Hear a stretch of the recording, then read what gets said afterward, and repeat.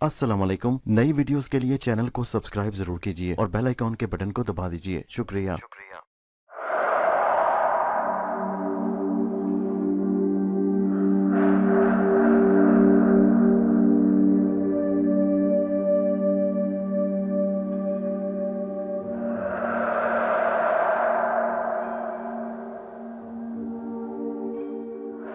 पेशे खिदमत है कहानी अंबर नागमारिया वापसी का सफर, किस्त नंबर 112, पत्थर का हाथ, दूसरा हिस्सा। मारिया महल के बड़े दलान में वापस आ गई। उसने आसमान की तरफ देखा। रात बड़ी गहरी से आती, बादल छाए हुए थे, बारिश हो रही थी, कभी कभी बिजली भी चमक जाती थी। अलहमरा के बाग अंधेरे में डूबे हुए थे। गरनाता की बस्ती में लोग अपने अपने घरों में सो रहे थे। अब 4 घुड़सवारों की रूहों के आने का वक्त हो गया था। मारिया दलान से उतरकर बाग के छोटे से मैदान में आ गई। यहां से गुजरकर वो नशेबी ढलान से उतरी और उस किते के किनारे सरू के दरख्त की ओट में होकर खड़ी हो गई, जहां उसे यकीन था कि घुड़सवार आसमान से उतरने वाले हैं। वो अंधेरे में आसमान की तरफ तक रही थी कि शायद उसे घुड़सवार बादलों से उतरते दिखाई दें, लेकिन आसमान पर सिवाय स्याह बादलों और गिरती बारिश के सफेद कतरों के और कुछ नहीं था। फिर ऐसा हुआ कि बादल जोर से गरज उठे। ये गरज इस कदर डरावनी थी कि सारा महल गूंज उठा। उसके बाद गहरी खामोशी छा गई और अचानक बारिश रुक गई। हवा भी साकित हो गई थी, जैसे हर शय ने सांस लेना रोक लिया था और किसी का इंतजार कर रही थी। मारिया ने आसमान की तरफ देखा। बादलों में एक जगह रोशनी पैदा हुई। फिर एक रोशनी की छोटी सी सड़क बादलों से चलकर नीचे बाग तक आ गई। मारिया उस रोशनी की सड़क को हैरत से तक रही थी। बादलों में अचानक 4 घुड़सवारों के साए नमूदार हुए और उन्होंने रोशनी की सड़क पर से होकर नीचे उतरना शुरू कर दिया। मारिया सरू के साथ लगकर खड़ी थी और आंखें खोले उन घुड़सवारों को नीचे आता देख रही थी। जब ये घुड़सवार बाग में आ गए तो रोशनी की सड़क गायब हो गई। 4 घुड़सवारों ने लोहे का स्याह ज़िरा बख्तर पहन रखा था। सरों पर खुद थे और हाथों में नंगी तलवारें थी जो किसी वक्त चमक जाती थी। वो घोड़ों से उतर पड़े। उन्होंने अपने इर्द गिर्द घूम कर देखा। फिर वो चारों सिमतों को मुंह करके खड़े हो गए। सब ने बारी बारी बुलंद आवाज में कहा, कोई है जिसे हम एक अहम राज बताएं। पहले तो मारिया हिचकिचाई, लेकिन जब आखिरी घुड़सवार ने आवाज बुलंद की तो उसने जैसे अपना आप कह दिया, मैं यहां मौजूद हूं, मुझे अहम राज बताओ। मारिया की आवाज सुनकर चारों घुड़सवारों ने मुड़कर उस दरख्त की तरफ देखा जिसके नीचे मारिया खड़ी थी। एक घुड़सवार आगे बढ़ा और चंद कदम चलकर रुक गया। फिर उसने कहा, कौन हो तुम औरत, सामने आओ। मारिया सामने आ गई। चारों घुड़सवारों ने उसे देख लिया था। जो आगे खड़ा था उसने तलवार बुलंद कर ली और बोला, तुम आसेबी औरत हो, तुम्हें हमारे महल में आने की कैसे जरूरत हुई? मैं तुम्हें जिंदा नहीं छोड़ूंगा। और वह तलवार लहराता मारिया की तरफ बढ़ा। मारिया समझ गई कि उसने उसे देख लिया है, मगर वो ये भी जानती थी कि उसकी तलवार उसे कोई नुकसान न पहुंचा सकेगी। फिर उसे ख्याल आया कि आसेबी रूहें हैं, क्या जाने तलवार सचमुच उसकी गर्दन उड़ा दे। वो बड़ी तेजी से एक तरफ हट गई। घुड़सवार उसके सर पर पहुंच गया। उसने तलवार का वार किया। तलवार मारिया के बिल्कुल करीब से होती दरख्त से लगी और उसकी एक टहनी कटकर नीचे गिर पड़ी। मारिया ने छलांग लगाई। वो उड़कर काफी दूर जा गिरी। अब चारों घुड़सवार उसकी तरफ बढ़े। वो भी हवा में उड़ रहे थे। मारिया ने दूसरी छलांग लगाई और महल की छत पर आ गई। घुड़सवार भी उड़कर छत पर आ गए। खुद बखुद ही मारिया को तिलिस्मी पंजे का ख्याल आ गया। उसने जेब से तिलिस्मी पंजा निकालकर घुड़सवारों के सामने कर दिया। तिलिस्मी पंजे के अंगूठे में से सुर्ख रंग की शुआ तेजी से निकलकर एक घुड़सवार पर पड़ी और वह वहीं आग का शोला बनकर भस्म हो गया। फिर यह शुआ दूसरे और तीसरे घुड़सवार पर पड़ी और वह दोनों भी जलकर राख हो गए। चौथे घुड़सवार ने यह हालत देखी तो तलवार फेंक कर बोला, ए तिलिस्मी पंजे की रूह, मैं तेरी पनाह में हूं, मुझे माफ कर दे, मेरे साथियों से गलती हो गई। तिलिस्मी पंजे की शुआ वापस अंगूठे के सुर्ख नुक्ते में चली गई। मारिया ने कहा, मुझे बताओ तुम कौन हो और वो बच्ची कहाँ है जो इस महल के खंडर में गुम हो गई थी? घुड़सवार ने कहा, मारिया, तुमने मुझसे एक ऐसा खतरनाक सवाल पूछा है जिसका जवाब मैं पूरा नहीं दे सकता। मेरी बात को गौर से सुन। मैं इस शाही महल के नजूमी की रूह हूं और ये तीनों मेरे शागिर्द थे। हमें इस बाग में बादशाह के हुक्म से कत्ल कर दिया गया था। हमारा कसूर यह था कि हम बादशाह के शाही खजाने के राज से वाकिफ हो गए थे। अब हमारी रूहें हर रात यहां आकर इंसानों को आवाज देकर बुलाती और जब कोई हमारी तरफ आता तो हम उसे तलवार से कत्ल करके गायब कर देते थे। इस तरह से हम लोगों से अपने कत्ल का बदला लेते थे। मारिया ने पूछा, क्या तुम लोगों ने संचिका को भी कत्ल करके गायब कर दिया है? घुड़सवार की रूह ने कहा, नहीं, इस लड़की को कत्ल नहीं किया गया, बल्कि मेरे एक शागिर्द की रूह उसे साथ लेकर यहां से 500 मील दूर करतबा के पुराने कब्रिस्तान में ले गई, जहां एक चुड़ैल के हवाले कर दिया। वो क्यों? मारिया ने पूछा। इसलिए कि चुड़ैल को एक कमसिन लड़की की तलाश थी।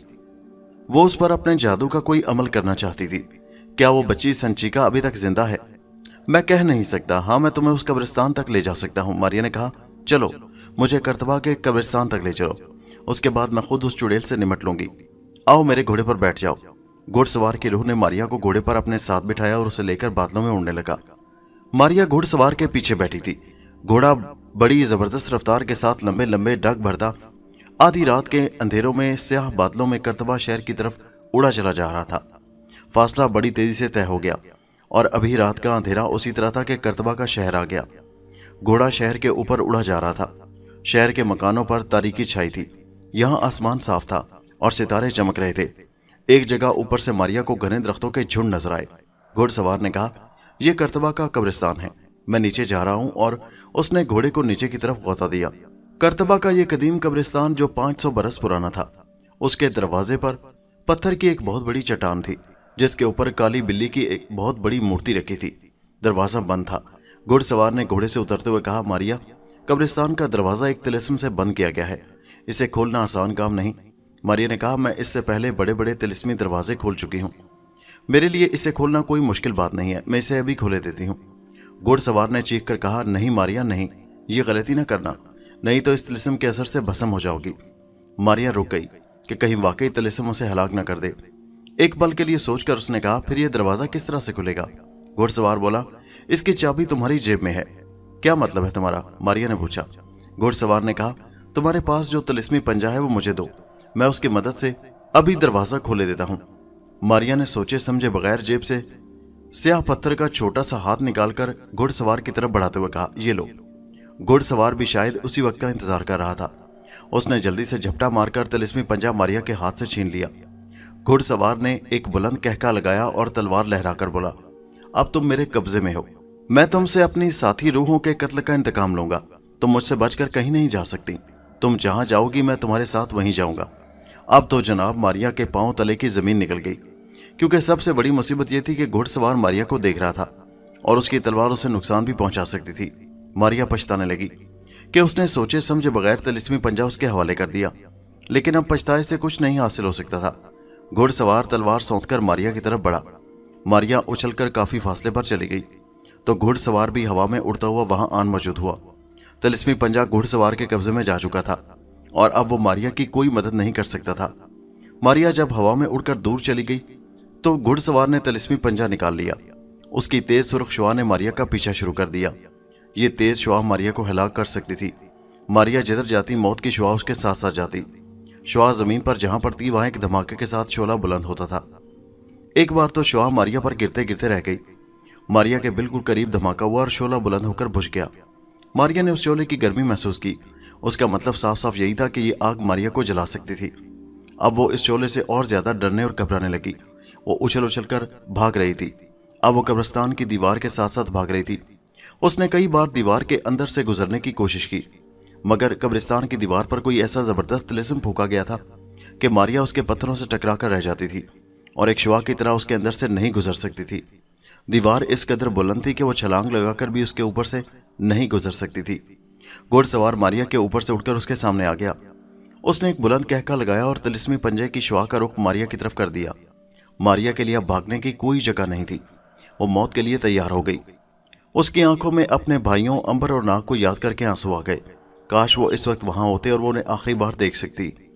जो ही सुर्ख शुआ मारिया के करीब आई, अचानक आसमान से एक औरत का ह्योला नीचे उतरा और उसने सुर्ख शुआ को अपने हाथ से पकड़कर ऊपर उठा लिया। शुआ एक लंबी सुर्ख सुलाख की तरह उस औरत के हाथ में आकर ऊपर को उठ गई थी। मारिया ने चौंक कर आसमानी औरत को देखा। ये वही उंदलस की मलिका की रूह थी जिसे थोड़ी देर पहले मारिया ने शाही हमाम के बरामदे में देखा था। उंदलस की मलिका की रूह ने सुर्ख शुआ की सुलाख को हवा में उछाला। ये शुआ एक नेजा बनकर घुड़सवार के ज़ेरा बख्तर वाले जिस्म में धंस गई। घुड़सवार के ज़ेरा बख्तर से टकराने का धमाका हुआ, फिर उसकी भयानक चीख फजा में गूंजी और दूसरे ही लम्हे मारिया ने देखा कि घुड़सवार उछलकर जमीन पर गिरा। कुछ देर तड़पा और फिर मर गया।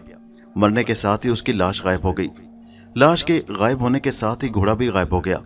अंधेरी रात के सन्नाटे में 2-3 बार घुड़सवार के घोड़े की टापों की आवाज आई और फिर खामोशी छा गई।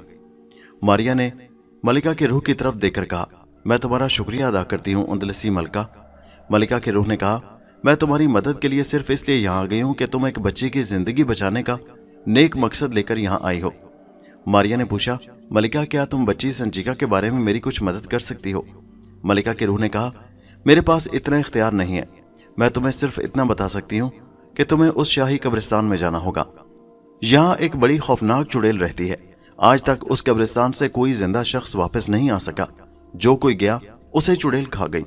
हो सकता है तुम्हें ये चुड़ैल देख भी न सके। तुम्हें कब्रिस्तान में अकेली जाकर किस्मत आजमाना होगी। मैं ख्वाहिश के बावजूद तुम्हारी कोई मदद नहीं कर सकती। अब मैं जाती हूँ, मेरे पास इतना वक्त नहीं है। ऊपर की दुनिया में रूहें मेरा इंतजार कर रही हैं। खुदा हाफिज। मारिया ने जल्दी से कहा, मलिका मुझे कब्रिस्तान के अंदर तो पहुंचाती जाओ। मलिका की रूह बोली, अब तुम्हें मेरी मदद की जरूरत नहीं। तिलिस्मी पंजे का असर खत्म हो गया है। तुम खुद भी कब्रिस्तान के अंदर जा सकती हो। खुदा हाफिज। इतना कहकर उंदलसी मलिका की रूह गायब हो गई। मारिया कब्रिस्तान की दीवार के पास आकर खड़ी हो गई। फिर उसने आगे बढ़कर दीवार के अंदर से गुजरने की कोशिश की। वो ये देखकर बड़ी खुश हुई कि बड़ी आसानी के साथ पत्थरों की मोटी दीवार के अंदर से गुजर गई। मारिया बड़ी खुश हुई कि उसकी ताकत वापस आ गई है। अब वो कर्तबा के पुराने कब्रिस्तान में मौजूद थी। इस किस्म का भयानक और डरावना कब्रिस्तान मारिया ने पहले कभी ना देखा था। दरख्त ऐसे बहंगे टेढ़े थे कि लगता था मुर्दे कब्रों से बाहर निकलकर अकड़ कर खड़े के खड़े रह गए हैं। कांटेदार झाड़ियां हर कब्र पर उगी हुई थी। कोई कब्र ऐसी ना थी कि जो फटी हुई ना हो। हर कब्र में शिगाफ था और अंदर से मुर्दे की हड्डियां नजर आ रही थी। साफ लगता था कि ये कब्रें मुसलमानों के जमाने से पहले की थी, क्योंकि हर कब्र पर किसी न किसी जानवर का काला मुजस्समा बना हुआ था। किसी पर उल्लू, किसी पर मगरमच्छ, किसी पर लूमड़, किसी पर रीछ और किसी पर बिल्ली का बुत बना हुआ था। मारिया फूंक फूंक कर कदम रख रही थी। उसे खतरा था कि इस कब्रिस्तान पर जिस चुड़ैल का कब्जा है, अगर वो उसे देखने में कामयाब हो गई तो कहीं उस पर वार न कर दे। उंदरस में आकर उसने ऐसे ऐसे जादूगर और आसेब ज़दा लोग देखे थे कि अब वो बड़ी एहतियात से आगे बढ़ रही थी और अब तो उसके पास तिलिस्मी पंजा भी नहीं था। लेकिन दीवार और पत्थरों में से गुजर जाने की ताकत के वापस आ जाने से उसे एक तरह से हौसला भी हो गया था और उसे यकीन था कि चुड़ैल उसे नहीं देख सकेगी। मारिया अचानक रुक गई। उसने अभी अभी एक आवाज सुनी थी। आवाज ऐसी थी जैसे किसी ने जोर से लंबा सांस लिया हो। मारिया अंधेरे में आंखें फाड़ फाड़ कर तकने लगी। उसकी नजर थोड़े फासले पर एक कब्र पर चली गई। उस कब्र की तरफ दरख्तों में से निकलकर एक साया बढ़ रहा था। मारिया जहां खड़ी थी वहां एक बिल्ली का बुत बना हुआ था। वो जल्दी से उस बुत के पीछे छुप गई और साए की तरफ तकने लगी जो कब्र की तरफ बढ़ रहा था। कब्रिस्तान में आसमान पर चमकते सितारों की हल्की हल्की रोशनी आ रही थी। उस रोशनी में मारिया ने देखा कि जो साया कब्र की तरफ बढ़ रहा था वो पहले तो छोटा था, मगर कब्र के पास आकर इतना लंबा हो गया कि उसका सर दरख्तों को छूने लगा। साया एक बार फिर छोटा होने लगा और एक आम इंसान जितना हो गया। उस साए के सर के अंदर से दो सुर्ख आंखें झांक रही थी। साए ने अपना रौना चेहरा ऊपर उठाकर जोर से सांस लिया। उसके साथ ही दरख्तों की शाखें जोर से हिलने लगी। फिर उस साए ने एक तिकोने सर वाली चुड़ैल की शक्ल इख्तियार कर ली, जिसका सर एक सींग की तरह था। आंखें कानों से बाहर को निकली हुई थी और सुर्ख आंखों से शोले निकल रहे थे। उसके 4 हाथ और 4 टांगे थी। कंधों पर 2 नोकीले सींग तलवारों की तरह उभरे हुए थे। ऐसी चुड़ैल मारिया ने पहले कभी ना देखी थी। चुड़ैल के 2 हाथ कब्र पर झुके थे और 2 बाजू ऊपर फजा में बुलंद थे। फिर चुड़ैल के मुंह से ऐसी आवाज निकलने लगी जैसे वो कोई बड़े तेज तेज जादू के मंत्र पढ़ रही हो। उसने एक बार जोर से कब्र पर फूंक मारी और उसकी फूंक से कब्र की ईंटें और पत्थर उड़कर दूर जा पड़े। कब्र नंगी हो गई और उसके अंदर से एक मुर्दा बाहर निकल आया। उस मुर्दे का गोश्त गल सड़ गया था और जगह जगह से हड्डियां बाहर झांक रही थी। उसकी खोपड़ी और चेहरे पर खाल बिल्कुल नहीं थी और हड्डियां ही हड्डियां थी। आंखों, नाक और मुंह की जगह सिर्फ सुराख थे। चुड़ैल ने मुर्दे को अपने पीछे आने का इशारा किया। मुर्दा कब्र में से निकलकर चुड़ैल के पीछे पीछे चल पड़ा। चुड़ैल मुर्दे को लेकर कब्रिस्तान के कोने वाले दरख्तों की तरफ चल दी। मारिया उसी चुड़ैल की तलाश में यहाँ आई थी, क्योंकि उस चुड़ैल के कब्जे में वो लड़की संचिका थी, मारिया को जिसकी खोज थी। मारिया चुड़ैल से कुछ फासले पर चल रही थी। वो अभी उसके सामने नहीं जाना चाहती थी। उसे डर था कि कहीं चुड़ैल भी उसे ना देख ले और या वो इंतकामी तौर पर लड़की को हलाक न कर डाले। मारिया को यह भी डर लगा था कि कहीं उस चुड़ैल ने लड़की को हलाक ही न कर डाला हो। वो चुड़ैल के पीछे पीछे चली जा रही थी। चुड़ैल दरख्तों में जाकर रुक गई। उसने मुर्दे को एक तरफ इशारा किया। मारिया ने जरा ऊपर उठकर देखा। वहां एक पुख्ता कब्र का टूटा फूटा चबूतरा था। मुर्दा उस कब्र के चबूतरे में उतर गया। उसके पीछे पीछे चुड़ैल भी कब्र के अंदर चली गई। मारिया लपक कर वहां पहुंची और उसने देखा कि एक चौकोर कब्र का चबूतरा बना हुआ था जो जगह जगह से टूट फूट गया था। ऊपर कब्र का निशान बना था। एक जानिब कब्र में काफी बड़ा सुराख था। सुराख के अंदर अंधेरा था। मारिया भी बेधड़क होकर कब्र के अंदर उतर गई। कब्र के अंदर अंधेरा था। उसने आंखें पूरी खोलकर देखने की कोशिश की। उसे कुछ नजर न आया। उसे ख्याल आया कि कहीं चुड़ैल वहीं कहीं छुप कर न बैठी हो और उसे अपने तिलिस्म में ना गिरफ्तार कर ले। वो कब्र की दीवार के साथ लगकर खड़ी हो गई। कब्र काफी गहरी थी। वो कब्र की दीवार में से दूसरी तरफ गुजर सकती थी, लेकिन उसे यह मालूम नहीं था कि कब्र के दूसरी तरफ कोई खाली जगह है कि जमीन ही जमीन है। अभी वो सोच ही रही थी कि उसे अंधेरे में धीमी सी रोशनी दिखाई दी। यह रोशनी कब्र की दीवार में एक जगह से निकल रही थी। मारिया रोशनी की तरफ बढ़ी। यह एक छोटी सी खिड़की थी जिसकी दर्जों में से हल्की रोशनी बाहर आ रही थी। मारिया खिड़की को खोलने के बजाय उसके बंद दरवाजे में से दूसरी तरफ गुजर गई। दूसरी तरफ वो एक सुरंग में आ गई। सुरंग तंग सी थी। रोशनी नामालूम कहां से आ रही थी। उसकी दीवारों से मट्टी गिर रही थी। मारिया आगे बढ़ती गई। सुरंग आगे जाकर एक कुएं में उतरती चली गई। यह गहरा कुआं था। उसकी तह में एक गोल बड़ा हाल कमरा सा बना था जिसमें कई एक सतून थे। मारिया एक सतून के पीछे छुपकर खड़ी हो गई। उसे चुड़ैल के सांस की आवाज सुनाई दे रही थी। यहां छत के अंदर से धीमी धीमी नीली रोशनी सी निकल रही थी। इतने में वही 4 हाथ पांव वाली चुड़ैल एक तरफ से निकलकर कुएं के दरम्यान में आ गई। मुर्दा उसके पीछे पीछे था। चुड़ैल ने मुर्दे को इशारा किया। वो एक पत्थर पर आकर बैठ गया। चुड़ैल ने उसकी खोपड़ी के ऊपर दिया रोशन कर दिया। फिर चारों हाथों में 4 इंसानी खोपड़ियां लेकर मंत्र पढ़ने और खोपड़ियों को मुर्दे के सर पर जलते दिए के इर्द गिर्द घुमाने फिराने लगी। चुड़ैल के हलक से खरखराट की आवाजें निकल रही थी। फिर उसने चारों खोपड़ियां एक सतून की तरफ उछाल दी। जिधर खोपड़ी गई थी उधर से एक और मुर्दा बाहर निकला जिसने कफन पहन रखा था। उसके बाजों पर वही लड़की संचिका बेहोश पड़ी थी जिसकी खोज में मारिया यहां तक पहुंची थी।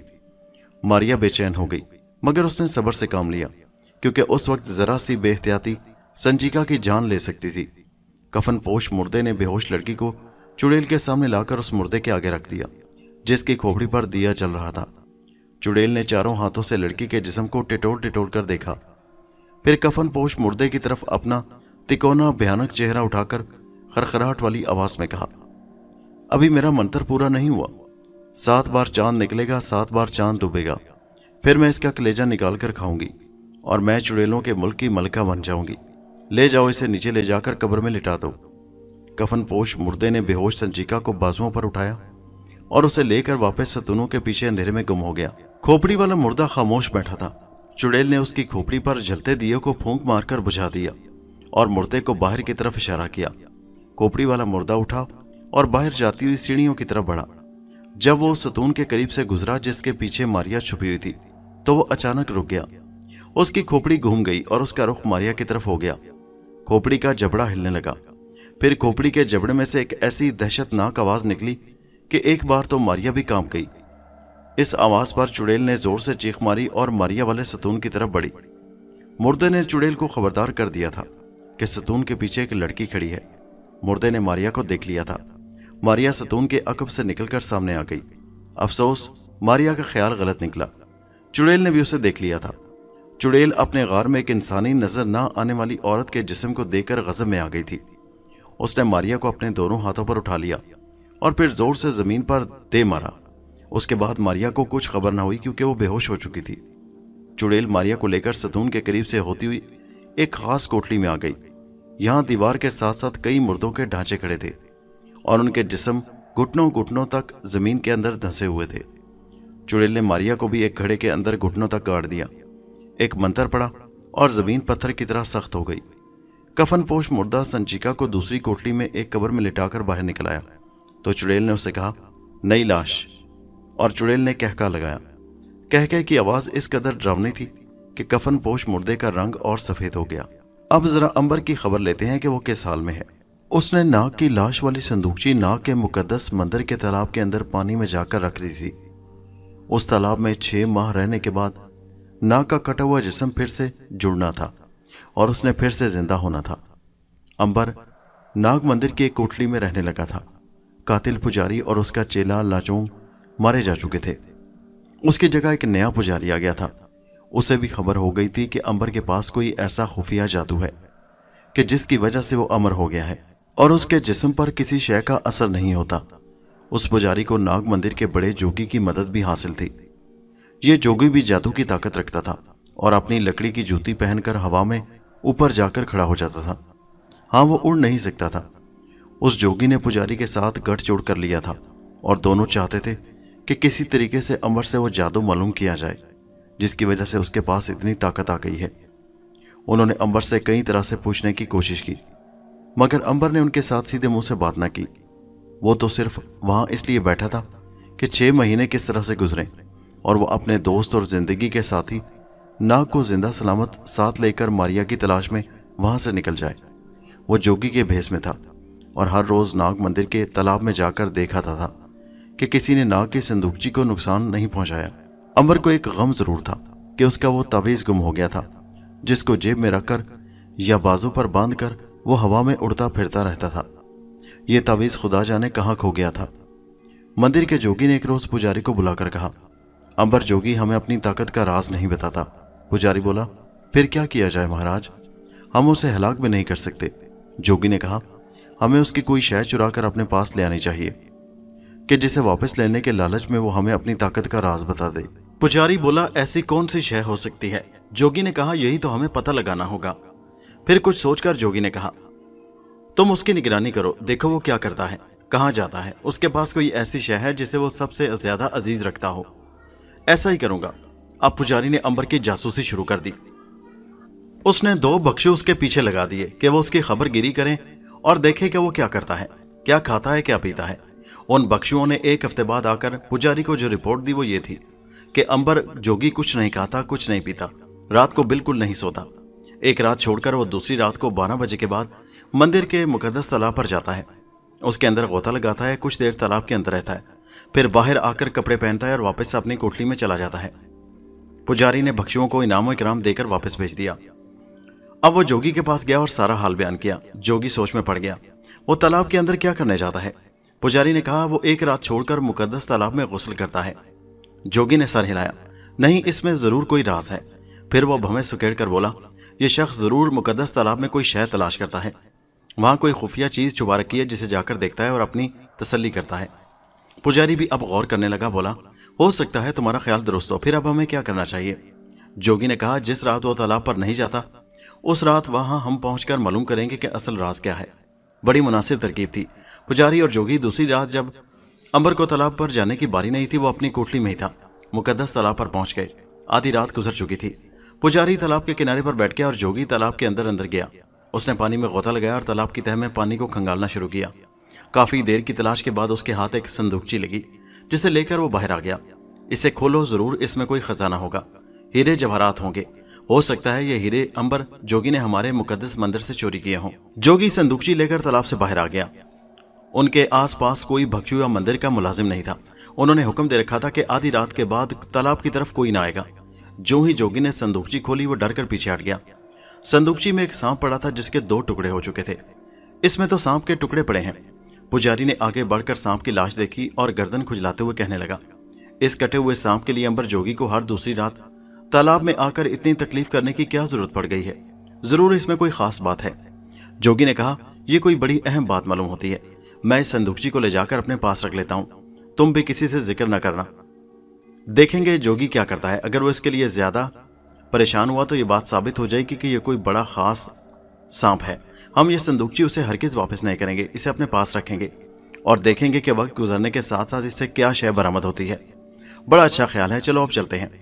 जोगी ने नाग को लाश वाली संदूकची ले जाकर मंदिर के बड़े और मुकद्दस सांप की मूर्ति के नीचे जो तहखाना था वहां जाकर जमीन खोदकर अंदर छुपा दिया। अगली रात अंबर तालाब में गोता लगाकर उतरा तो ये देखकर उसके हाथों के तोते उड़ गए कि नाग की लाश वाली संदूकची गायब थी। वो परेशान हो गया। उसने सारा तालाब देख डाला मगर संदूकची वहां होती तो मिलती। वो सख्त नाउमीद होकर वापस अपनी कोठरी में आ गया। वो हैरान था कि संदूकची कहाँ गायब होगी, उसे कौन ले जा सकता है। वो उस पर जितना गौर करता मामला और ज्यादा उलझता जाता। कहीं ऐसा तो नहीं कि किसी ने उसे तालाब में उतरते देख लिया हो और फिर संदूकची लेकर गायब हो गया हो। मगर किसी को सांप से क्या दिलचस्पी हो सकती है, और वो भी ऐसा सांप जिसके 2 टुकड़े संदूकची में रखे हों। हो सकता है कि चोर समझाओ कि संदूकची में हीरे जवाहरात होंगे और जब उसे जाकर खोला होगा तो वहां सांप की लाश पड़ी होगी। लेकिन उसे संदूकची तालाब में फेंक देनी चाहिए थी। उसे क्या जरूरत थी कि वापस तालाब पर जाता। हो सकता है उसने सांप के टुकड़े बाहर फेंक दिए हों चील कौवा ने उसे खा लिया हो। इसी तरह की बातें सोच सोच कर अंबर और ज्यादा परेशान हो गया। नाग की लाश का गायब हो जाना बड़ी खतरनाक बात थी। इसका मतलब ये था कि नाग की लाश इस वक्त तालाब से बाहर है और तालाब के पानी से बाहर रहकर नाग जिंदा नहीं हो सकता था। तो क्या उसका बेहतरीन दोस्त नाग मर जाएगा, सचमुच मर जाएगा और वो उसे अब दोबारा नहीं देख सकेगा? अंबर की आंखों में आंसू आ गए। मारिया को जब ये बात इल्म होगी तो उसे किस कदर सदमा नहीं होगा। बेचारी का दिल गम से निढाल हो जाएगा। नाग की लाश को जरूर तलाश करना चाहिए। अंबर ने अगले 4-5 दिनों में चुपके चुपके सारे मंदिर और मंदिर के आसपास के इलाके को छान मारा, मगर संदूकची या नाग की लाश उसे कहीं नहीं मिली। जोगी और पुजारी बड़े खामोशी से देख रहे थे कि अंबर जोगी परेशान परेशान फिरता है। कभी मंदिर के अंदर जाता है और कभी तालाब के इर्द गिर्द की जमीन देखता है और कभी मंदिर के बाहर घूमता फिरता है और किसी शय की तलाश करता रहता है।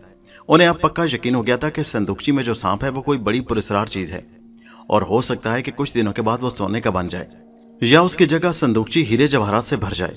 कुछ भी हो, वो ये मालूम करना चाहते थे कि संदूकची का राज क्या है। अब वो अंबर जोगी की ताकत का राज मालूम करने के बजाय संदूकची के पीछे पड़ गए थे। संदूकची जिसके अंदर नाग की लाश के टुकड़े पड़े थे।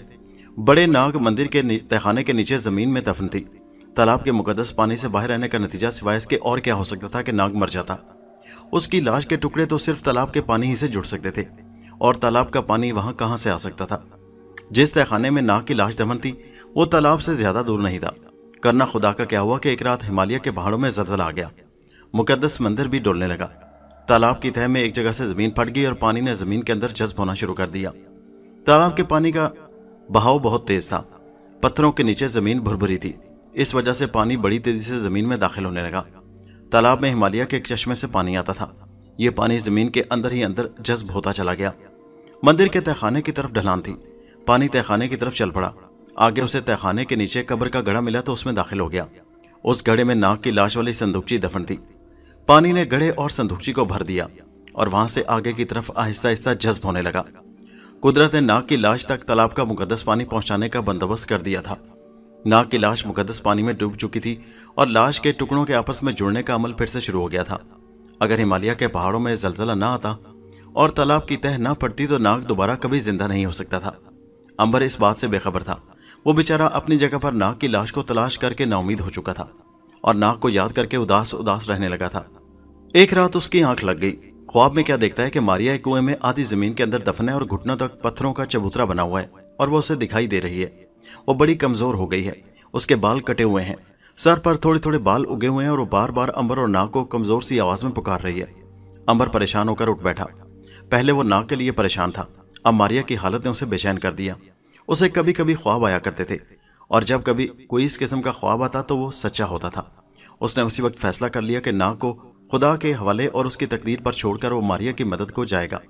सवाल यह था कि मारिया किस मुल्क में थी, वो कुआं किस मुल्क में था। अंबर सारा दिन सोचता रहा कि यह कौन सा मुल्क हो सकता है। उसे सिर्फ इतना याद था कि मारिया हिंदुस्तान के एक राजा की बेटी राजकुमारी को लेकर हिंदुस्तान की तरफ रवाना हुई थी और वो एक बहरी जहाज पर पुर्तगाल की तरफ चला गया था। इसका मतलब यह था कि उसे हिंदुस्तान जाकर मारिया का खोज लगाना चाहिए। उस रियासत को ढूंढना चाहिए जिसकी राजकुमारी को मारिया ने मुसीबतों से निकालकर उसके बाप के पास पहुंचा दिया था। हो सकता है वो राजकुमारी उसे मारिया के बारे में बता सके कि वो वहां से किधर को गई थी। अंबर बेचैन हो गया। उसने उसी रात नाग मंदिर को खुदाफिज कहा और जोगी के लिबास में वापस हिंदुस्तान के मुल्क की तरफ कूच कर दिया। वो तिब्बत के मुल्क में था जो हिंदुस्तान के शुमाल में था। इस एतबार से वह हिंदुस्तान से ज्यादा दूर नहीं था बल्कि उसकी सरहद के पास ही था। अब उसे वो तावीज याद आ रहा था जो उससे गुम हो गया था। अगर तावीज उसके पास होता तो उसकी मदद से बड़े आराम से उड़कर जल्दी से जल्दी हिंदुस्तान पहुंच सकता था। बहरहाल उसे सफर करना था और वो बर्फपोश मैदानों में चला जा रहा था। यह भी गनीमत था कि उसे न सर्दी लगती थी और न थकान होती थी। नहीं तो हिमालय के बर्फपोश मैदानों में यूं पैदल सफर करना अपनी मौत को अपने पास बुलाना था। अंबर सिर्फ इसलिए परेशान था कि उसका वक्त ज़ाया हो रहा था। उसके ख्वाब के मुताबिक मारिया सख्त मुसीबत में थी और वह जल्द अज जल्द उसके पास पहुंचकर उसे मुसीबत से निकालना चाहता था। यकीनन जिस जादूगर ने या किसी बदरू ने उसे कुएं के अंदर घुटनों तक जमीन में धंसा दिया था, मारिया से ज्यादा ताकतवर बदरू थी और वो मारिया को सख्त नुकसान पहुंचा सकती थी। उसने मारिया को देख भी लिया होगा और उसे हलाक भी करना चाहती होगी और या उसे अदमुआ करके उससे कोई खतरनाक काम लेना चाहती होगी। अंबर के लिए बड़ा जरूरी था कि वह जितनी जल्दी हो सके उस बदरू के पास जाकर उसे शिकस्त देकर मार भगाए और मारिया को आजाद कराए। अंबर अच्छी तरह जानता था कि ख्वाब में तो उसने मारिया को देख लिया है, लेकिन वहां जाकर वो उसे नजर नहीं आएगी। मारिया नजर ना भी आए तो वो पहचान लेता कि मारिया कहाँ है। वो और नाग मारिया को हाथ लगाकर महसूस कर सकते थे। दुनिया का और कोई इंसान मारिया को हाथ लगाकर महसूस नहीं कर सकता था। अंबर चला जा रहा था। दूसरे रोज वो बर्फानी मैदानों से गुजर गया था। अब उसके सामने बंजर पहाड़ी सिलसिला था, जहां क़यामत की तेज और सर्द हवाएं चल रही थी और एक शोर बरपा था। शायद आंधी का तूफान आ गया था। यह तूफान अंबर का कुछ नहीं बिगाड़ सकता था। हाँ, चलने में उसकी रफ्तार जरूर हल्की हो गई थी। एक बांस उसके हाथ में था। उसे टेक कर वो तेज हवा के रुख पर आहिस्ता आहिस्ता आगे बढ़ रहा था। इसी तरह वो सारा दिन सफर करता रहा। रात को आंधी ज्यादा तेज हो गई और बारिश भी शुरू हो गई। अंबर को रात के फिसलते हुए अंधेरे में दूर पहाड़ी के दामन में एक झोंपड़ी में चिराग की रोशनी दिखाई दी। वो उस झोंपड़ी की तरफ चल पड़ा। झोंपड़ी घास फूस की बनी हुई थी। बाहर बांस के साथ एक तेल की बंद लालटेन रोशन थी, जिसके ऊपर बारिश से बचने के लिए साइबान बना था। झोंपड़ी का दरवाजा खुला था। अंबर झोंपड़ी के अंदर दाखिल हो गया। जमीन पर खुश्क लकड़ियों के गट्ठे पड़े हुए थे। ऊपर हिरन की खाल बिछी थी और 6-7 काले गर्म कंबल पड़े हुए थे, मगर वहां कोई आदमी दिखाई नहीं देता था। अंबर को तो सर्दी बिल्कुल नहीं लग रही थी, लेकिन बारिश में उसके कपड़े भीग गए थे। उसने कपड़े सुखाने के ख्याल से एक कंबल उठाकर अपने गिर्द लपेट लिया और बैठ गया। उसने भी जिस्म के गिर्द काले रंग का कंबल लपेट रखा था, जो अब गीला हो गया था। अंबर का हुलिया जोगियों वाला था। सिर्फ त्रिशूल की जगह उसके पास बांस का लठ था, जो उसने झोंपड़ी के बाहर ही रख दिया था। इतने में उसे बाहर किसी के कदमों की चाप सुनाई दी। अंबर उठकर बाहर आ गया। उसके सामने एक चिट्टाधारी सन्यासी जोगी खड़ा मुस्कुरा रहा था। बच्चा, तुम मुसाफिर लगते हो, मेरी झोंपड़ी में आराम करो। अंबर ने कहा, बाबा मैं मुसाफिर हूं, नाग मंदिर से आ रहा हूं। सन्यासी ने कहा, क्या तुम जोगी हो? अंबर ने बताया कि वो जोगी नहीं है बल्कि मुसाफिर है और नाग मंदिर की यात्रा को गया था। वहां उसका एक दोस्त गुम हो गया। अब उसकी तलाश में हिंदुस्तान के मुल्क को वापस जा रहा है। इस बार सन्यासी बाबा मुस्कुराया और झोंपड़ी के अंदर जाकर आलती पालती मारकर बैठ गया। अंबर भी कोने में लगकर बैठ गया। सन्यासी ने आंखें बंद कर ली। कुछ देर आंखें बंद रखने के बाद उसने आंखें खोलकर अंबर को मुस्कुरा कर देखा। उसकी आंखों में बड़ी खूबसूरत चमक आ गई थी। वो बोला, बच्चा, दुनिया में रहकर झूठ कभी ना बोलना। मैं जानता हूं कि तुम कौन हो। अंबर चौंक पड़ा। क्या मतलब? सन्यासी कहने लगा, तुम हजारों साल से सफर कर रहे हो। मौत तुमसे भाग चुकी है। बस इससे ज्यादा मैं मालूम नहीं कर सका। देवताओं ने मुझे तुम्हारे बारे में सिर्फ इतना ही बताया है। अंबर उस सन्यासी से बड़ा मुतासिर हुआ। वो कोई पहुंचा हुआ बुजुर्ग था। उसने कहा, बाबा मेरा दोस्त खो गया है, क्या वो मुझे मिल जाएगा? सन्यासी कहने लगा, उसके बारे में मैं कुछ नहीं कह सकता। अंबर ने पूछा, मेरी एक बहन हिंदुस्तान के किसी शहर में मुसीबत में फंस गई है, क्या आप बताएंगे कि वो किस जगह पर है? सन्यासी ने आंखें बंद की और फिर खोलकर कहा, मेरा इल्म इतना ज्यादा नहीं है।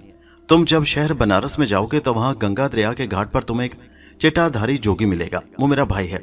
उसकी निशानी ये है कि उसका बायां हाथ कलाई तक एक हादसे में कट गया था। उसके पास जाना, वो तुम्हें बताएगा कि तुम्हारी बहन किस जगह तुम्हें मिल सकती है। अंबर बोला, आपका बहुत बहुत शुक्रिया।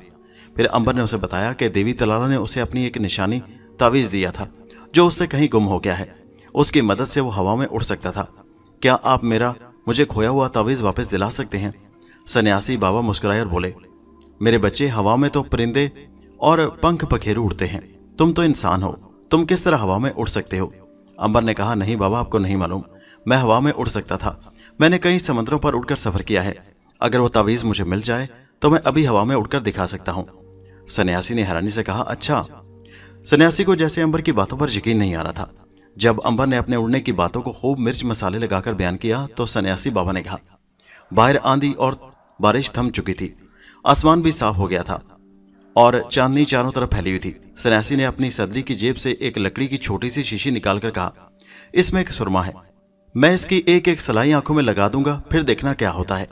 सन्यासी ने सुरमे की एक एक सलाई दोनों आंखों में लगाई, शीशे को बंद करके सदरी में रखा और दोनों हाथ फैला दिए। हाथों के फैलाती वो जमीन से उठने लगा। थोड़ी दूर ऊपर जाकर सन्यासी ने हवा में उड़ना शुरू कर दिया। वो इस तरह से झोंपड़ी के ऊपर चक्कर लगा रहा था जैसे हवा में तैर रहा हो। अंबर उसे मुंह खोले तक रहा था कि वो तो अपने तावीज को ही सब कुछ समझता था, और यहाँ यह सन्यासी सुरमे की सलाई आंखों में लगाकर हवा में उड़ने लगा है। कुछ देर हवा में उड़ते रहने के बाद सन्यासी नीचे उतर आया। उसने अंबर के कंधे पर हाथ रखकर कहा, क्या अब भी तुम्हें तावीज की तलाश है? अंबर ने सन्यासी का हाथ चूम लिया। बाबा, आपने तो कमाल कर दिया। अगर यह सुरमा मुझे मिल जाए तो मुझे तावीज के गुम हो जाने का कोई अफसोस नहीं होगा। सन्यासी अंबर को झोंपड़ी में ले गया। उसने सुराही में से शरबत निकालकर अंबर को दिया। मैं जानता हूं तुम्हें खाने पीने की जरूरत महसूस नहीं होती, लेकिन तुम खा पी सकते हो, इसे मेरी खुशी के लिए पी लो। अंबर ने शरबत पी लिया। उसे अपने जिस्म में बड़ी ताजगी और फरहत महसूस हुई। सन्यासी ने सदरी की जेब से सुरमे की शीशी और सलाई निकालकर एक छोटी सी थैली में डाली और अंबर के हवाले करते हुए कहा, यह सुरमा तुम अपने पास रखो। जब कभी तुम्हें उड़ने की जरूरत हो इसकी एक एक सलाई आंखों में लगा लेना, फिर तुम उड़कर जहां चाहो जा सकोगे। जब तक ये सुरमा तुम्हारी आंखों में रहेगा तुम हर वक्त उड़ सकोगे। अंबर ने सुरमे वाली थैली लेकर अपने कंबल के अंदर बांध ली और सन्यासी का शुक्रिया अदा किया। दूसरे रोज अंबर सन्यासी से इजाजत लेकर अपने सफर पर रवाना होने लगा तो सन्यासी ने कहा, यह सुरमा कई साल तक तुम्हारे काम आएगा। अगर ये खत्म हो जाए तो मुझे याद करना, दिल में मेरी शक्ल का ख्याल लाकर मुझे आवाज देना। मैं अगर जिंदा ना भी हुआ तो तुम्हारी मदद करने आ जाऊंगा। अब तुम जाओ, खुदा तुम्हारा निगहबान हो। जब अंबर काफी आगे निकल आया तो उसने एक लम्हा रुककर इर्द गिर्द देखा, वहां कोई नहीं था। अब अंबर ने सन्यासी के उड़न सुरमे को आजमाने का फैसला किया। उसने कंबल के अंदर से सुरमे की शीशी निकालकर उसकी एक एक सलाई दोनों आंखों में लगा ली। शीशी उसने संभाल कर रख ली और फिर दोनों हाथ फैला दिए। सबसे पहले उसे यह महसूस हुआ कि उसका बोझ हल्का सा हो गया है और उसके पांव जमीन से ऊपर उठ रहे हैं। अंबर पहले भी हवा में उड़ता रहा था, लेकिन आंखों में सुरमा डालकर हवा में उड़ने का यह पहला मौका था। वो हवा में ऊपर उठता चला गया। जब वो दरख्तों से काफी बुलंद हो गया तो उसने जुनूब की तरफ परवास करना शुरू कर दी। उसकी रफ्तार ज्यादा तेज नहीं थी, फिर भी वो बड़ी आसानी से रास्ता तय कर रहा था और उसके नीचे से टीले और जंगल पीछे की तरफ भाग रहे थे। इस इलाके में जंगल और टीले ही थे, कोई आबादी नहीं थी, इसलिए किसी ने भी अंबर को हवा में उड़ते नहीं देखा। अंबर पहाड़ों से आके निकल गया। अब उसके नीचे घने जंगल थे। वो उड़ते हुए बड़ी आसानी महसूस कर रहा था। एक जगह उसे दरख्तों के दरमियान बहती नदी नजर आई। वो कुछ देर आराम करने को, रास्ता मालूम करने के ख्याल से नीचे उतरा। नदी के पानी में उसने मुंह हाथ धोया और सोचने लगा कि अभी तक कोई शहर क्यों नहीं आया। इतने में उसे शेर की धाड़ सुनाई दी। अंबर ने बांस के झुंडों की तरफ देखा। शेर की धाड़ उसी तरफ से सुनाई दी थी। वो आहिस्ता आहिस्ता झुंड की तरफ बढ़ने लगा। इतने में एक औरत की चीख की आवाज गूंजी और उसके साथ ही शेर एक बार जोर से गरजा। शेर कोई आदमखोर था और किसी औरत पर हमला करने वाला था। अंबर झुंड की तरफ भागा ही था कि दरख्तों के दरमियान से एक औरत भागती हुई बाहर निकली। उसके बाल खुले थे और कपड़े फटे हुए थे। शेर कुछ फासले पर झाड़ियों से छलांगे मारकर तेजी से उसी की तरफ चला आ रहा था। अंबर ने आगे बढ़कर औरत को पकड़ना चाहा तो वो चीखे, शेर शेर। शेर अब सर पर आन पहुंचा था। औरत ठोकर खाकर गिर गई। शेर गजबनाक होकर गरजा। उसने उछलकर औरत पर छलांग लगाई। अंबर ने बिजली जैसी तेजी के साथ लपक कर औरत को दोनों हाथों से उठाया और हवा में बुलंद हो गया। वो जमीन से एकदम से 10 फीट बुलंद हो गया था। शेर ने जमीन पर गिरते ही उछलकर अपने शिकार को दबोचने की कोशिश की, मगर अंबर शेर की पहुंच से बहुत ऊपर था। एक बार तो शेर भी चकरा गया। उसने आज तक किसी इंसान को यूं हवा में बुलंद होते नहीं देखा था। अंबर के कंधे पर पड़ी औरत भी शशतर रह गई कि यह कोई जिन है या भूत कि जिसने उसे जमीन से ऊपर उठा लिया है। शेर बार बार उछलकर अपने शिकार को दबोचने की कोशिश कर रहा था। अंबर औरत को उठाए उठाए दरख्तों के ऊपर आ गया और उसने उड़ना शुरू कर दिया। वो जंगल के ऊपर उड़ता काफी आगे कच्ची सड़क देखकर उतर आया। औरत पहले तो घबराई हुई थी, अब वो हैरान थी कि ये नौजवान हवा में किस तरह उड़ा। अंबर ने उसे जमीन पर उतार दिया। औरत देहाती थी और उसके हवास अभी तक ठीक नहीं हुए थे। अंबर ने उसे हौसला देते हुए कहा, घबराओ नहीं बहन, अब शेर तुम्हें कुछ नहीं कह सकता। औरत जरा संभली तो अंबर को खौफजदा नजरों से तकती हुई बोली, तुम भूत हो। औरत की आवाज कांप रही थी और दहशत की वजह से उसके माथे पर पसीना आ गया था। अंबर ने कहा, मैं भूत नहीं इंसान हूं, तुम्हारी तरह का इंसान हूं। हाँ, फर्क सिर्फ इतना है कि मेरे पास एक जादू है जिसकी मदद से मैं हवा में उड़ सकता हूं। तुम मुझे ये बताओ कि ये इलाका कौन सा है और यहां से शहर कितनी दूर है। औरत को कुछ तसल्ली हुई। उसने कहा, यह काठ गोदाम का इलाका है और शहर यहां से बहुत दूर उन पहाड़ों के पार है। तुम कहां से आए हो? अंबर ने कहा, मैं बड़ी दूर से आया हूं और मुझे बड़ी दूर जाना है। खुदा का शुक्र अदा करो कि मैं आ गया और शेर से तुम्हारी जान बच गई।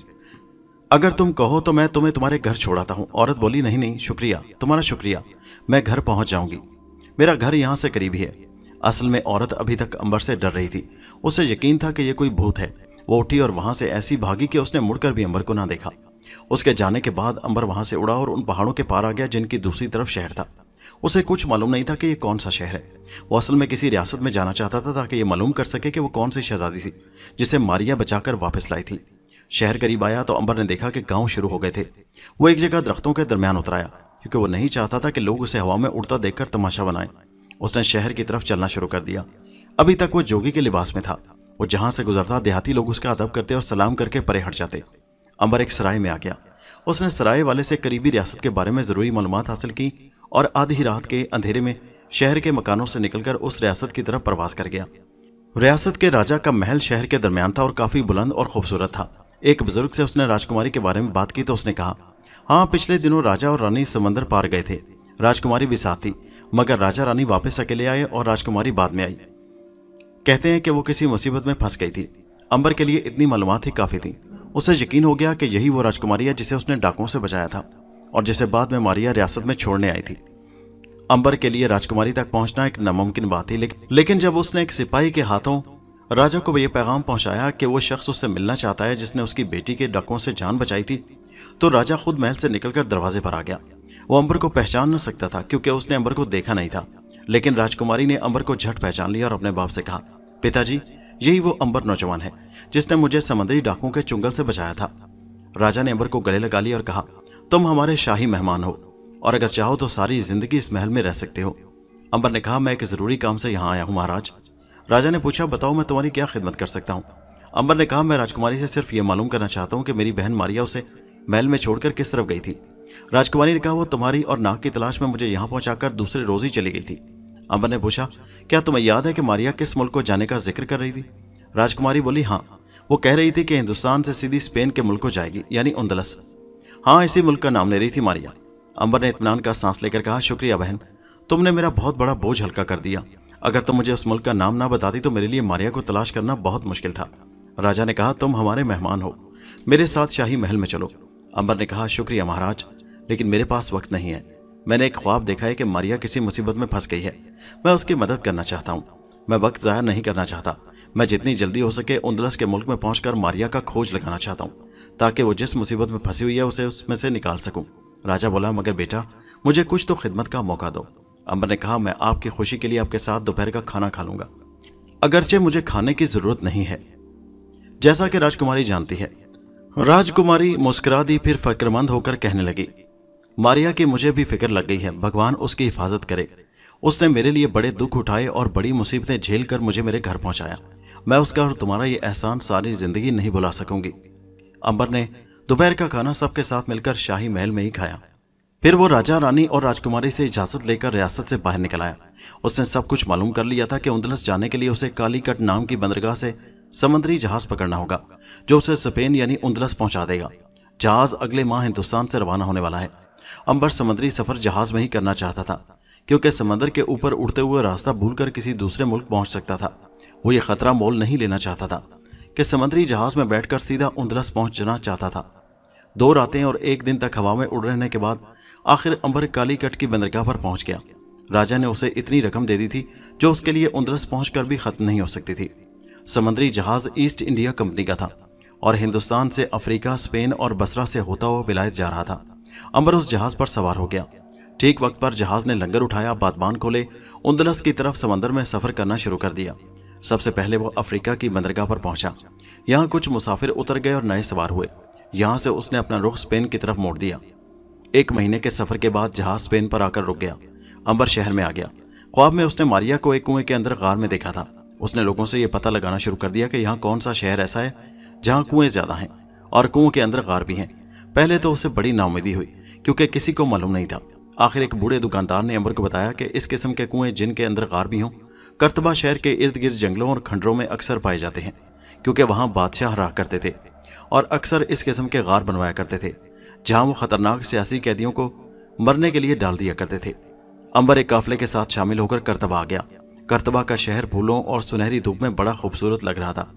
उसने कुएं के बारे में एक पुराने बुजुर्ग से पूछा तो उसने कहा, यहाँ कई कुएं हैं, मगर सबसे ज्यादा पुरस्कार और पुराना कुआं सुना है करतबा के पुराने कब्रिस्तान में था, मगर अरसा हुआ वो बंद कर दिया गया और आज तक किसी को मालूम नहीं कि कुआं कौन सी जगह पर है।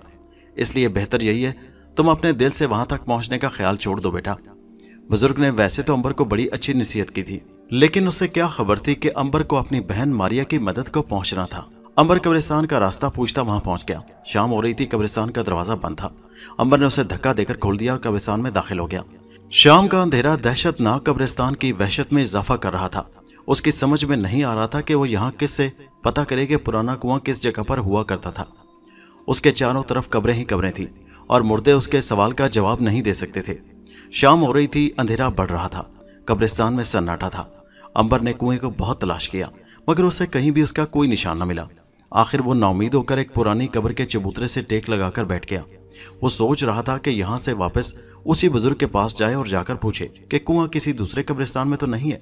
उसे बैठे बैठे रात हो गई। अंबर ने अपने ख्यालात की दुनिया से चौंक कर देखा कि उसके आसपास कब्रिस्तान में अंधेरा छा गया है। झाड़ियों में बोलते झींगर भी कब्रिस्तान की रात की दहशत की वजह से चुप हो गए हैं।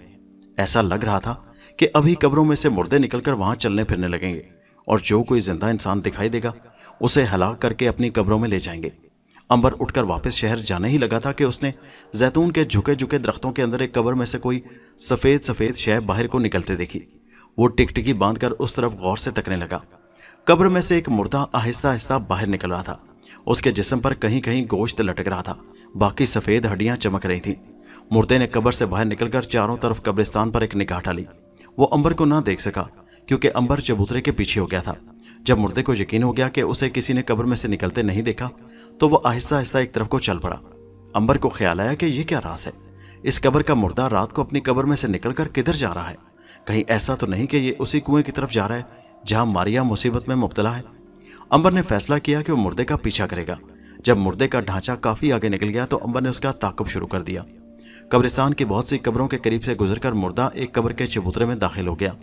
अंबर कुछ देर के लिए दूर ही खड़ा रहा, फिर वो भी कब्र की तरफ बढ़ा। कब्र के पहलू में एक सुराख था, मुर्दा उसी सुराख में उतरा था। अंबर भी अंदर दाखिल हो गया। कब्र के अंदर अंधेरा था। आहिस्ता आहिस्ता उसे एक दीवार में एक जगह से रोशनी फूटती नजर आई। वो करीब आया तो देखा कि एक छोटी सी खिड़की थी जो बंद थी। अंबर ने दोनों हाथ उस पर रखकर आहिस्ता से अंदर की तरफ दबाया। खटाक की आवाज के साथ खिड़की खुल गई। दूसरी जानिब उसे सिवाय अंधेरे के और कुछ दिखाई न दिया। वो खिड़की में से दूसरी तरफ उतर गया। ये सुरंग थी जो उसे कुएं तक ले गई थी, जिसके अंदर ये सुरंग उतर गई थी। राह में उसे कोई भी नहीं मिला था। सुरंग के किनारे पर पहुंचकर उसने देखा सुरंग एक चौड़े मगर गहरे कुएं के अंदर ढलानी रास्ते में उतर गई है। वो नीचे उतरने ही लगा था कि उसे अपने पीछे किसी के बड़े खौफनाक अंदाज से सांस लेने की आवाज सुनाई दी। अंबर ने पलटकर देखा तो खौफ से उसका जिस्म ठंडा पड़ गया। उसके पीछे वही 4 हाथ पैरों वाली चुड़ैल खड़ी थी। उसकी आंखों से शोले निकल रहे थे और नथनों से धोखने की तरह सांस चल रहा था। उसने अपने चारों हाथों से अंबर की गर्दन को दबोच लिया। अंबर पर उसका तो कोई असर न हुआ, लेकिन चुड़ैल के सांसों में खुदा जाने किस किस्म की गैस थी कि अंबर का सर चकराया और वो बेहोश होकर जमीन पर गिर पड़ा। चुड़ैल समझी ये उसके दबाने से हुआ है। उसने एक चीख मारी। सुरंग के एक जानिब से वही मुर्दा नमदार हुआ। अब उसकी खोपड़ी पर मिट्टी का दिया जल रहा था। चुड़ैल ने उसे बेहोश अंबर की तरफ एक हाथ से इशारा किया। मुर्दे ने आगे बढ़कर अंबर को अपनी हड्डियों वाली बाहों पर उठा लिया और कुएं में उतरने लगा। चुड़ैल उसके पीछे पीछे थी। सतूनों वाले दलान में ले जाकर मुर्दे ने अंबर को एक जगह जमीन में गाड़ दिया। वहां पहले से एक गड़ा खुदा हुआ था। अंबर को घुटनों तक गड़े में गाड़ने के बाद चुड़ैल 2 हाथ फैलाकर कोई मंत्र जोर से पढ़कर फूंक मारी। अंबर घुटनों तक पत्थर में जकड़ कर रह गया। वो चूंकि अभी तक बेहोश था इसलिए उसका बाकी आधा धड़ दीवार के साथ लगा था। मारिया आखिरी सतून के पीछे घुटनों तक पत्थर के अंदर धसी खड़ी थी। उसने अचानक अंबर की बू महसूस की और उसे आहिस्ता से आवाज दी, अंबर। चुड़ैल ने मारिया की आवाज सुन ली। वो चीख मारकर मुर्दे की तरफ देखकर कहा, जाओ पकड़ लो। मुर्दा अपनी खोपड़ी का चिराग लेकर कदम कदम मारिया की तरफ बढ़ा। उसे भी चुड़ैल के जादू की वजह से मारिया बराबर दिखाई दे रही थी। मुर्दा मारिया के करीब जाकर खड़ा हो गया। ऐसा महसूस हो रहा था जैसे मुर्दे की खोपड़ी के सुराखों में से 2 आंखें मारिया को घूर रही हैं। मारिया का हलक खुश्क हो गया। खुदा जाने ये मुर्दा उसके साथ क्या सलूक करने वाला था। मुर्दे के दोनों बाजू हवा में उठे और फिर उनके हड्डियों के पिंजर हाथों ने मारिया की गर्दन को जकड़ लिया। मारिया चीख मारकर बेहोश हो गई। चुड़ैल ने मुर्दे को वापस बुला लिया और कहा, 7 बार चांद निकलेगा, 7 बार सूरज डूबेगा, फिर मैं इन दोनों का कलेजा निकाल कर खाऊंगी और जादूगरों के मुल्क की मलका बनकर राज करूंगी। मुर्दा आगे आगे और चुड़ैल पीछे पीछे। दोनों कुएं में से निकलकर कब्र को जाती सुरंग के अंधेरे में गायब हो गए। अब हम नाग के पास चलते हैं और देखते हैं कि वो किस हाल में है। नाग जिस मुकद्दस मंदिर के तहखाने में गया था उसके ऊपर बड़े नाग देवता की मूर्ति थी। नाग की संदूकची में जलजले की वजह से मुकद्दस तालाब का पानी तो पहले ही भर गया था। अब ऐसा हुआ कि नाग की मूर्ति की वजह से उसके जमीन पर नाग देवता का जबरदस्त असर था और उसके अंदर नाग देवता की शुआएं मिली हुई थी। उसकी वजह से नाग की संदूकची के पानी में उसका असर 10 गुना और हो गया और नाग की लाश के टुकड़ों ने बड़ी तेजी से आपस में 2 महीने के अंदर अंदर ही मिल गए। पुजारी और जोगी ने तो अंबर की संदूकची को इसलिए छुपाया था कि वो उसके लिए परेशान होगा और उसका राज बता देगा। मगर जब अंबर जोगी मंदिर से गायब हो गया तो एक रोज जोगी ने पुजारी से कहा, मेरा ख्याल है अब उस संदूकची को निकाल कर फेंक देना चाहिए। अब उसका क्या फायदा, अंबर जोगी तो यहाँ से फरार हो गया है। पुजारी ने कहा, सवाल यह है कि अंबर जोगी ने सांप की लाश के टुकड़े उसमें क्यों छुपा रखे थे। उसमें जरूर कोई गहरा राज है, हमें उस राज का पता चलाना चाहिए। जोगी बोला, तो फिर आज रात हम तहखाने में जाकर संदूकची खोल कर देखेंगे कि कहीं उसमें हीरे जवाहरात तो नहीं छुपाए गए थे। जोगी की इस बात पर पुजारी ने कहा, इस पर तो हमने गौर किया ही नहीं, मैंने भी संदूकची को गौर से नहीं देखा था। आज रात मैं आपके पास आ जाऊंगा और हम तहखाने में जाएंगे। इधर ये प्रोग्राम तय पा गया और उधर तहखाने में जहां नाग की लाश दफन थी उसके ऊपर मंदिर के नाग देवता की मूर्ति को एहसास हुआ कि उसके नीचे कोई उसके खानदान का सांप देवता दफन है। संदूकची के अंदर नाग का जिस्म भी अब जुड़ गया था और उसने पानी में हिलना जुलना शुरू कर दिया था। अब रात आधी गुजर गई तो पुजारी अपनी कोठरी से निकलकर जोगी के पास आ गया। जोगी पहले ही से तैयार था। दोनों मंदिर के बरामदों से गुजरकर सीढ़ियां तय करते हुए तहखाने की तरफ रवाना हो गए। दूसरी तरफ नाग के जिस्म में फिर से उसकी ताकत वापस आ गई। उसने मुकद्दस पानी के अंदर तैरते हुए आंखें खोली और देखा कि वो एक संदूकची में बंद है। अब उसे याद आया कि उसका जिस्म तलवार के वार से 2 टुकड़े हो गया था और यकीनन अंबर उसे मुकद्दस तालाब में ले आया होगा। उसे कोई खबर न थी कि वो मुकद्दस तालाब में नहीं बल्कि मंदिर के तहखाने में दफन है। उसने गहरा सांस लिया और अपनी खुफिया ताकत के जोर पर जमीन से बाहर आ गया। अब उसे मालूम हुआ कि वो तालाब में नहीं बल्कि एक अंधेरे तहखाने में जमीन के अंदर दफन था। वो सोचने लगा, ऐसा सलूक उसके साथ किसने किया? अंबर कहाँ है? अंबर उसे जमीन के अंदर दफन नहीं कर सकता। इतने में उसे सीढ़ियों में इंसानों के कदमों की चाप सुनाई दी। नाग दीवार के ऊपर चढ़ गया। तहखाने का दरवाजा खुला और पुजारी और जोगी अंदर दाखिल हुए। पुजारी के हाथ में फावड़ा था। पुजारी ने कहा, जमीन खोदकर संदूकची बाहर निकालो, शायद हमें उसमें जवाहरात मिल जाएं। जोगी ने फावड़े की मदद से जमीन खोदना शुरू कर दी।